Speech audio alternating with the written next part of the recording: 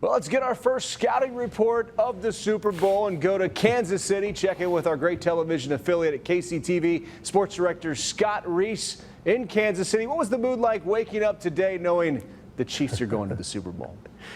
Well, I had to thaw out after being on the field in sub-degree wind chill. I know you guys don't know anything about that in Arizona, and as a California guy new to the area, I have to acclimate. So that was the first thing. But no, last night was a ton of fun. The atmosphere was fantastic. Chiefs Kingdom brought it as we knew they would, but the decibel level was legit at Arrowhead. And we now know for certain it is not Burrowhead, so we can put that to rest. But no, atmosphere was great. The game obviously was super exciting. And, it's nice to talk about a Chiefs victory and an impending Super Bowl. Yeah, how much extra fun was it, though, to send the Bengals back to Cincinnati, especially after all the trash they talked, including the mayor?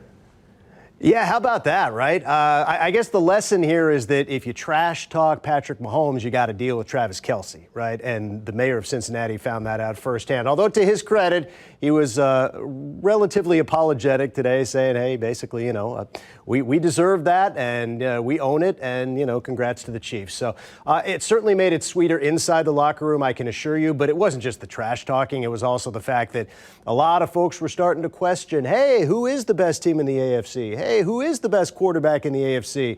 And if last night had gone the other way, that second question might have been the most talked about thing the entire offseason, right, in NFL circles, Burrow or Mahomes. If it had been Burrow 4, Mahomes 0, but now we'll never know. Patrick had the last laugh, and we're moving on. You get to see Patrick Mahomes up close and personal do amazing things on a weekly basis, but just that run that sealed the game and the late hit out of bounds, but his decision to take off. What did he have to say about that after the game? Was that almost like a Michael Jordan type moment?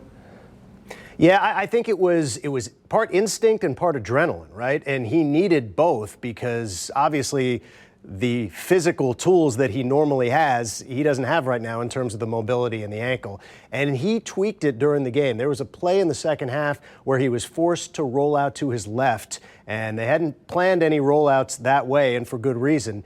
And after that play and the rest of the game, he was hobbly. You could tell he was wearing it, he was hurting, but he did what he had to do. And I mean, Mahomes is, it's cliche, right? But he is the ultimate competitor. We saw that down the stretch. He made every play he had to make, and they needed every last one of them to win the game.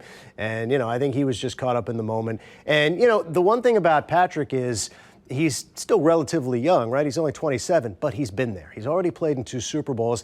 And the quote that resonated most with me after the game was when he said something to the effect of, look, we're really excited to be here, but I've been to Super Bowls twice. I've won one and I've lost one, and I know the difference. Yeah, and I think that has been the motivating factor all through this. It sounds like that the losing one, that kind of sticks with him more than the victory, you would think. Very much. As far as just entertainment value goes, Travis Kelce's coming to town. We had Gronk here for the last Super Bowl. Can you kind of describe the entertainment value of Travis Kelce, his brother with the Eagles, and Mama Kelce coming to town as well? Yeah, I mean, it's NFL meets WWE, right? I mean, that's the persona of Travis Kelce. And, of course, he pulled out the jabroni reference when he was talking about the Cincinnati mayor last night.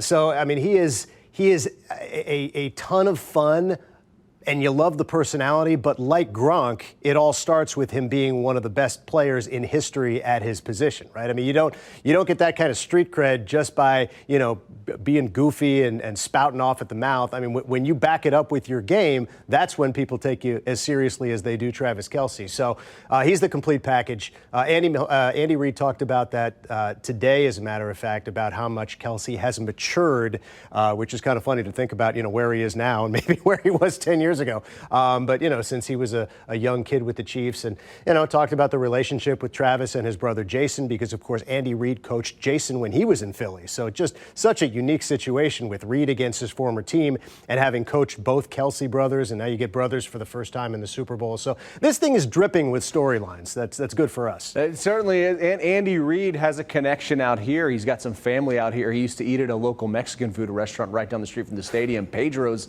that's no longer there, but his picture was up on the wall. So I'm wondering, has he said whether he would prefer a cheesesteak or Kansas City barbecue? He has not. He is a cheeseburger guy. In fact, after one big victory during the season, the players surprised him in the post-game locker room with like the biggest cheeseburger you've ever seen. It was like 2 feet in diameter. So that said, I'm not sure whether he would take the tri-tip or the cheesesteak. My guess is he would be fine with either. But I'm quite sure he will tell you he'll take the barbecue. All right, how many people from Kansas City are coming out here? What should we expect? Is it cold there, so they're all going to make their way to the desert? Yeah, right.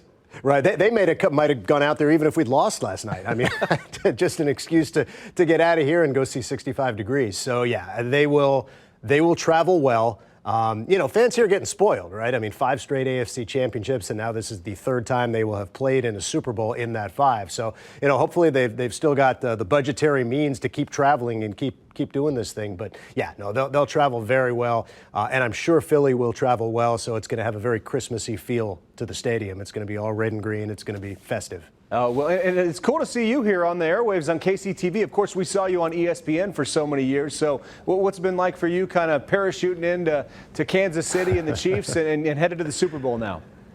I got to tell you, I do take at least some modicum of credit for this success. And the reason I say that is because, when I left ESPN, I went to San Francisco to work for Comcast Sportsnet out there, and wound up being a TV radio guy for more than a decade in the Bay Area. And during that time, the Giants won 3 World Series, the Warriors won 4 World Championships, the Sharks went to a Stanley Cup final, the Raiders went to the playoffs, the A's went to the playoffs, the Niners went to 2 Super Bowls, and Stanford went to 3 Rose Bowls. So that can't be coincidence. That's all I'm going to say. Our editor and sports producer, Joe Ferris, actually, he gives himself credit for that. So I'm glad that it's actually that you brought that to the Bay Area. And could you come out here to the desert?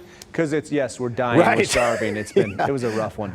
So we will talk after the segment. I'll see if I can help you out. All right, well, thanks for joining us, and safe travels out here to the Super Bowl. All right, look forward to it.